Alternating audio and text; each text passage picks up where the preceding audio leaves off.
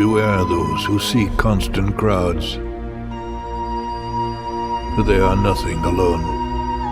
Beware the average man, the average woman. Beware their love. Their love is average, seeks average. But there is genius in their hatred.